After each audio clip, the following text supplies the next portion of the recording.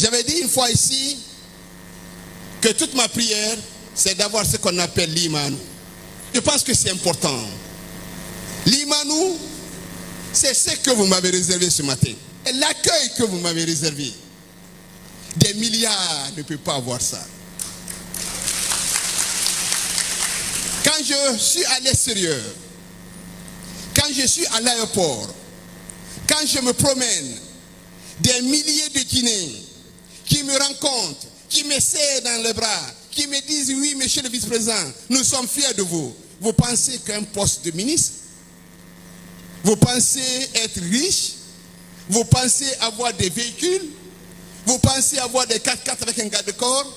Est-ce que vous pensez qu'on peut comparer cette chaleur humaine à tout ça? Je prie le Tout-Puissant Dieu de me donner toujours la possibilité d'avoir ce que des milliards ne peuvent pas avoir, ce que j'appelle toujours l'Imanou. C'est ce l'Imanou que notre président a.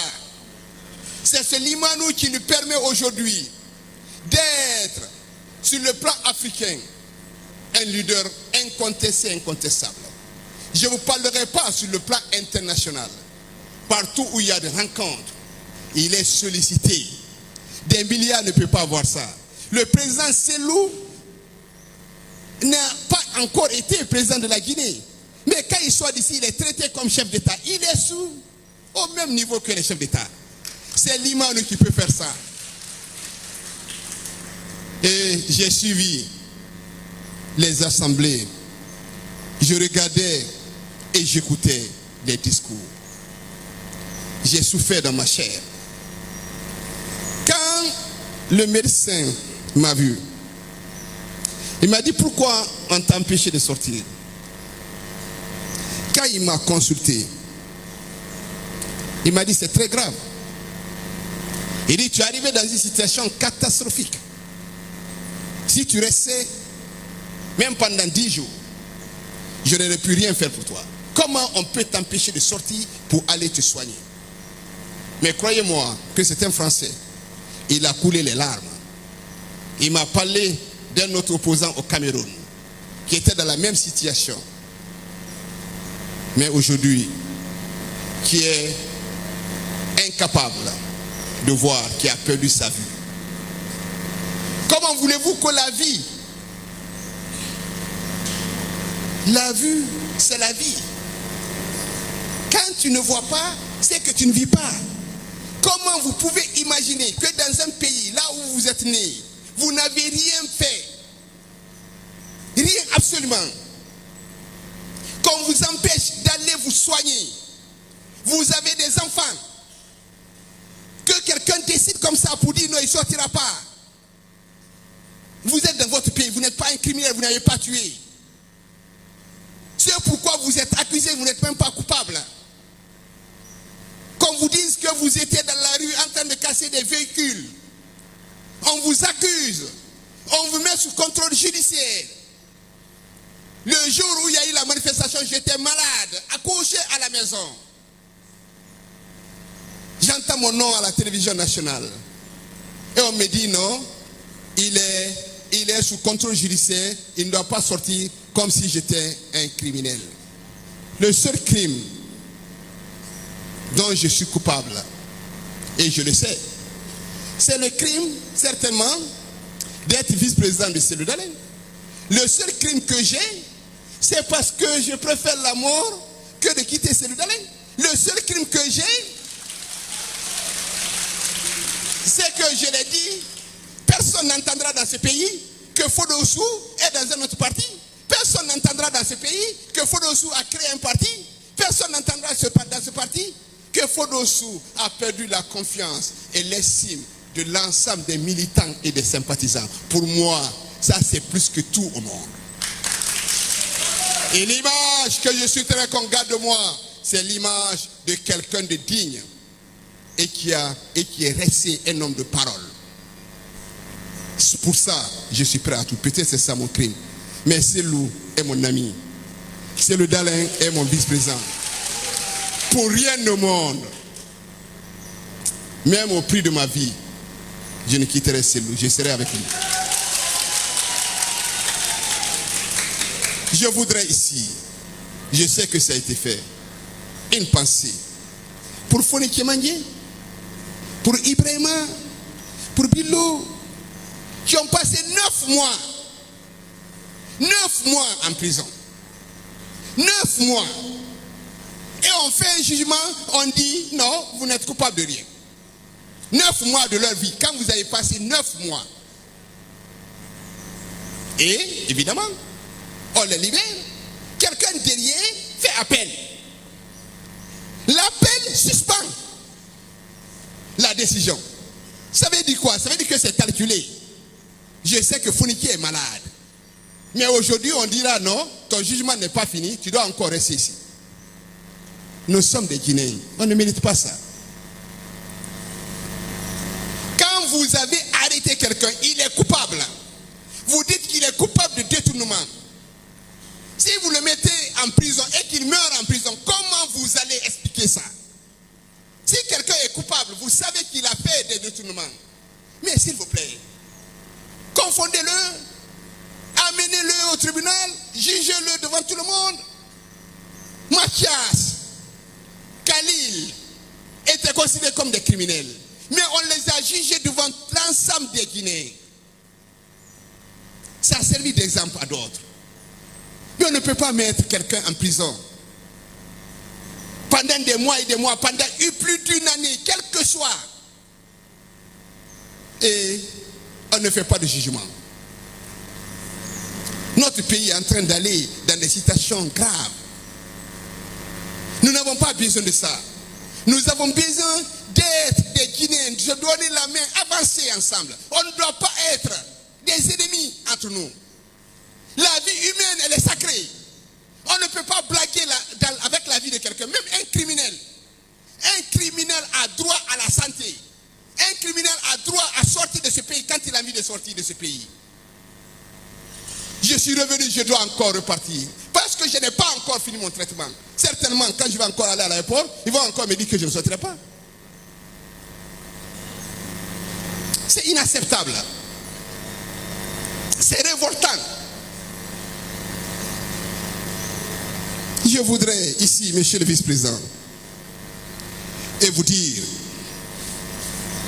que le seul crime du président Selou, c'est parce que ce monsieur a créé, est venu à la tête de l'IFDG, il a été candidat en 2010, il s'est présenté au moment où personne ne le connaissait, tranquillement, avec le vice-président Banou, avec tous les responsables.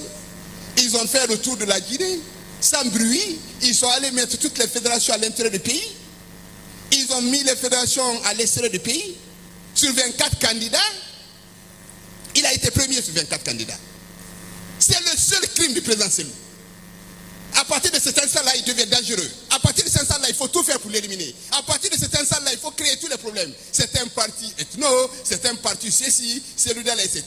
Il a ça, il a ça. Malgré tout ça, en 2015, en 2020, nous avons toujours gagné. Et aujourd'hui, le CNRD arrive. Le colonel Doumbouya dit: je ne suis pas candidat.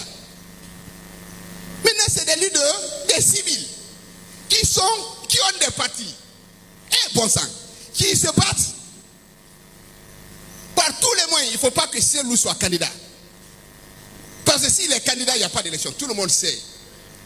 Même si on fait n'importe quelle constitution, n'importe quelle liste électorale, on monte, on descend, quel que soit ce qu'on va faire ici, si Selou, l'UFDG,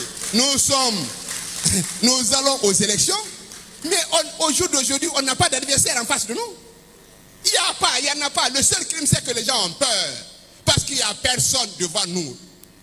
Si le président Selou était parvenu à faire de l'UFDG comme ce que Kouyaté a fait du PDL. Si le président Selou avait un parti qui ne comptait pas, si le président Selou avait un parti qui ne représentait rien, il n'y aurait pas eu affaire à Guinée, il n'y aurait pas eu son problème de maison, on n'aurait pas parlé de lui. Tout ça, monter, descendre, c'est comment on peut l'éliminer. Mais personne ne pourra éliminer le président Selou. Nous le disons clairement. Parce que nous avons le plus grand parti sur le plan africain. Mais c'est incontestable. Vous organisez les élections ici. Le président Selou. Vous organisez les élections le matin avant 11h. Les premiers résultats qui sont sortis, il n'y aura pas de second tour, il n'y aura rien. Dites-moi, tous ces partis-là, vous les mettez dans la balance, vous mettez l'UFDG, c'est incontestable. Nous les écrasons. Ça veut dire qu'aujourd'hui, nous avons le plus grand parti. Maintenant, il y en a qui préfèrent qu'il n'y ait pas d'élection, qu'on n'organise pas. Non. Certains pensaient qu'à cause de leur nom, qu'on va les choisir. On ne choisira personne. Il y aura compétition, il y aura élection. Allons aux élections. Mais allons aux élections. Nous avons le plus grand parti. Nous avons gagné toutes les élections. Nous sommes le parti le mieux implanté à l'extérieur du pays. Si les Guinéens votent, tous les Guinéens qui sont à l'extérieur, on leur donne la possibilité de voter. Les 90% de ces Guinéens la votent UFDG. Moi, je suis fier d'être de l'UFDG. Je vous dis que si ça refait, je serai UFDG. Maintenant, j'apprends des choses. Un ministre de la République qui va voir un élément de la série de communication pour lui dire, maintenant là, moi, j'ai de l'argent, j'ai le soutien du CNRD, j'ai tous les moyens. Maintenant, j'ai déjà 4000 jeunes que j'ai recrutés. Viens avec moi parce que je vais reprendre l'UFDG. Tu vas reprendre l'UFDG.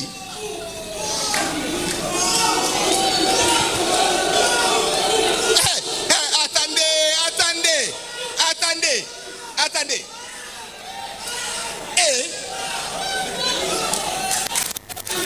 Donne-moi le clé.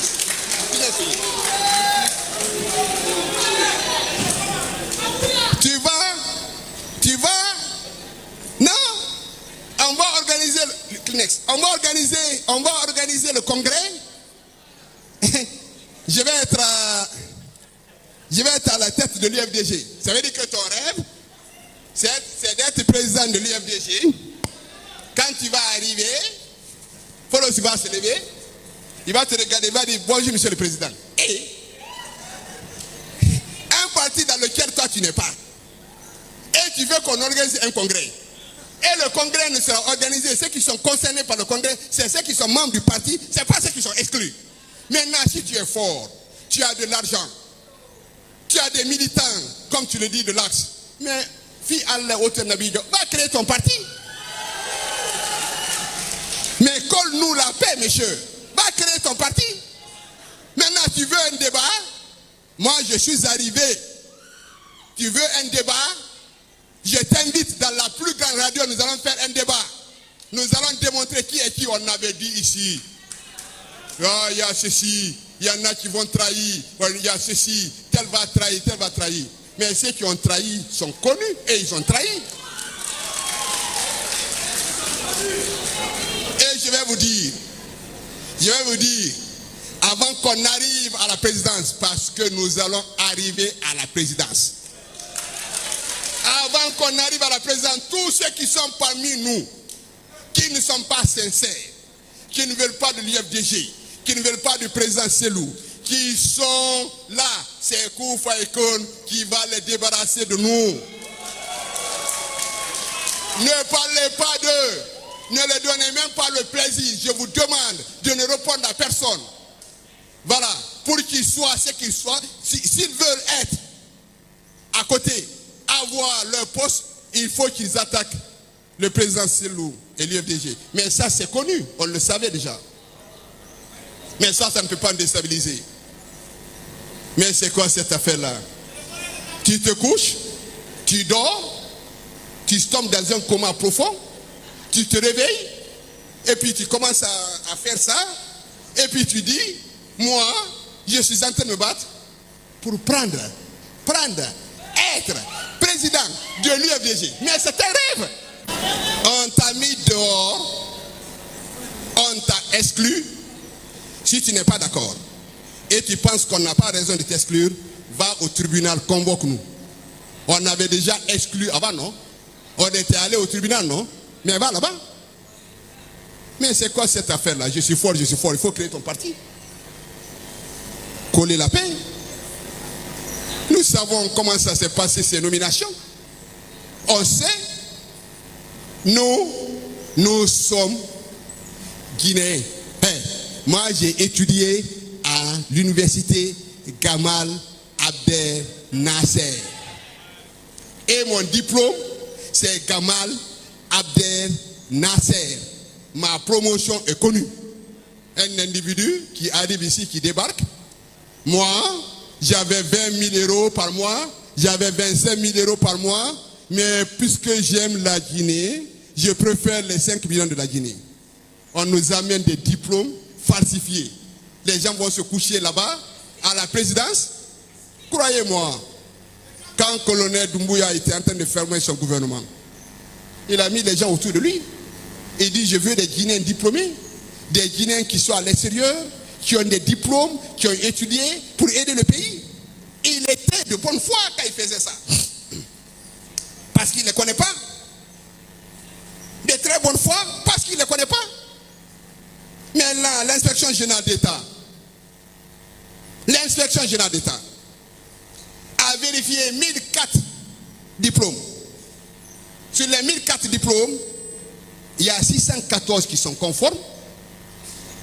Il y a 346 diplômes qui ne sont pas conformes. Et il y a 44 diplômes non identifiés. Ça veut dire que personne ne sait sur quelle planète ces gens-là ont trouvé leur diplôme. La solution, puisque vous avez triché, vous nous avez envoyé des faux diplômes. La solution pour le colonel Doumbouya, tous ceux qui ont triché avec la Guinée, qui ont amené les faux diplômes, il n'a qu'à les mettre dehors. Ils ne méritent ni respect, ni considération. Vous venez nous raconter des histoires? Non, le président Selou à la tête de la Guinée, les nominations se feront par compétence. C'est pas comme ça, on dira à tout le monde, voilà le profil. Ceux qui se sentent concernés non cabinet, on va regarder sans problème d'ethnie. On ne parle pas de ça. Pour nous, les Guinéens sont au même niveau, même pied d'égalité. Croyez-moi, j'étais avec le président Selou. Je voulais informer, puisqu'il y en a qui ont encore des doutes. Est-ce que le président Selou va arriver? Est-ce qu'il ne va pas arriver? Il va arriver.